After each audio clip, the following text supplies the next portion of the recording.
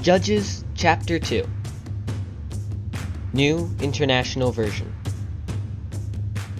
The angel of the Lord at Bochim.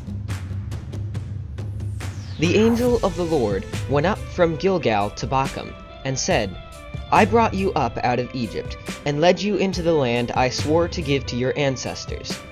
I said, I will never break my covenant with you, and you shall not make a covenant with the people of this land, but you shall break down their altars. Yet you have disobeyed me. Why have you done this? And I have also said, I will not drive them out before you. They will become traps for you, and their gods will become snares to you.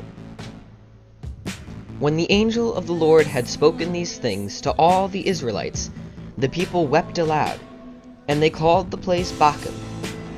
There they offered sacrifices to the Lord. 2. Disobedience and defeat. After Joshua had dismissed the Israelites, they went to take possession of the land, each to their own inheritance. The people served the Lord throughout the lifetime of Joshua and of the elders who outlived him, and who had seen all the great things the Lord had done for Israel. Joshua, son of Nun, the servant of the Lord, died at the age of 110, and they buried him in the land of his inheritance, at Timnath-Heres, in the hill country of Ephraim, north of Mount Gash. After that whole generation had been gathered to their ancestors, another generation grew up, who knew neither the Lord nor what he had done for Israel. Then the Israelites did evil in the eyes of the Lord, and served the Baals. They forsook the Lord, the God of their ancestors, who had brought them out of Egypt. They followed and worshipped various gods of the peoples around them. They aroused the Lord's anger, because they forsook him, and served Baal and the Ashereth.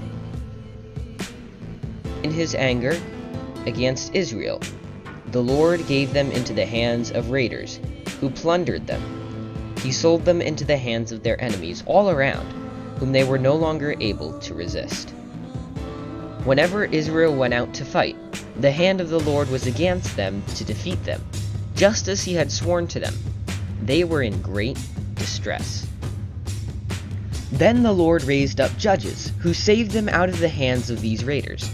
Yet they would not listen to their judges, but prostituted themselves to other gods and worshipped them.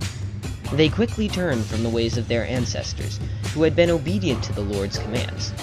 Whenever the Lord raised up a judge for them, he was with the judge, and saved them out of the hands of their enemies as long as the judge lived. For the Lord relented, because of their groaning, under those who oppressed and afflicted them. But when the judge died, the people returned to ways even more corrupt than those of their ancestors, following other gods and serving and worshipping them. They refused to give up their evil practices and stubborn ways.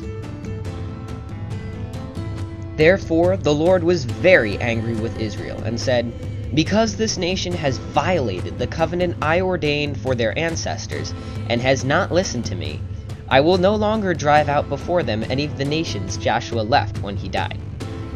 I will use them to test Israel, and see whether they will keep the way of the Lord, and walk in it as their ancestors did. The Lord had allowed these nations to remain. He did not drive them out at once by giving them into the hands of Joshua.